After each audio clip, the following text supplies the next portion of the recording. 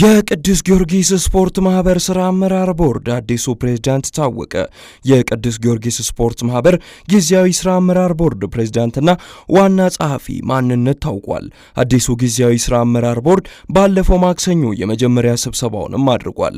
ሁሉም አባላት በተገኙበት በዚሁ ስብሰባ የፕሬዝዳንትነትና ዋና ጸሐፊነት ምርጫን ቦርዱን አከናውኗል።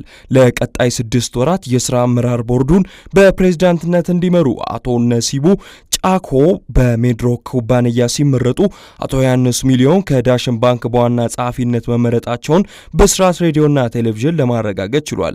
አቶ ነሲቡ ጫኮ በሜድሮክ ኩባንያ የህግ ባለሙያ ሲሆኑ አቶ ዮሐንስ ሚሊዮን ደግሞ በዳሽን ባንክ ምክትል ፕሬዝዳንትነት በመሆን እያገለገሉ እንደሚገኙም ታውቋል። አቶ ጀማል እንዳሉት ነሲቡ ጫኮ ባላለው የሜድሮክ ኢንቨስትመንት ግሩፕ ህግ አማካሪ ነኝ።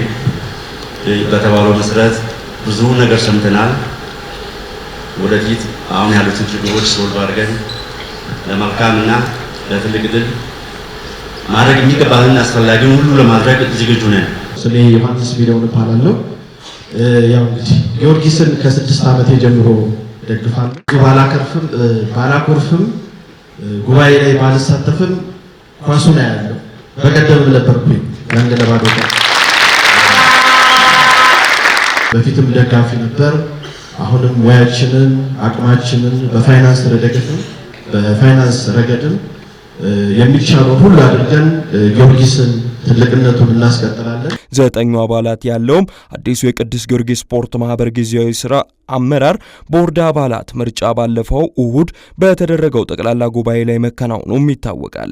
ይህ የስራ አመራር ቦርድ ለቀጣይ 6 ወራት የስፖርቱን ማህበሩን የኦዲት ሁኔታ ይመረምራል፣ የመተዳደሪያ ደንቡንም ረቂቅ ያዘጋጃል። አዲስ የስራ አመራር ቦርድም ምርጫ የሚያከናውን ይሆናል። እንዲሁም ደግሞ ሌሎች የተገደቡ ስራዎችንም የሚያከናውን ይሆናል ተብሏል። ይህንን በተሳካ ሁኔታ መምራት ይቻል ዘንድ ደግሞ የኃላፊነት የስራ ክፍፍል ባለፈው ማክሰኞ ምሽት ቦርዱ አድርጓል። በቀጣይ ጊዜያት ደግሞ ሌሎች የስራ ኃላፊነት ክፍፍሎች እንደሚያደርጉም ለማወቅ ተችሏል።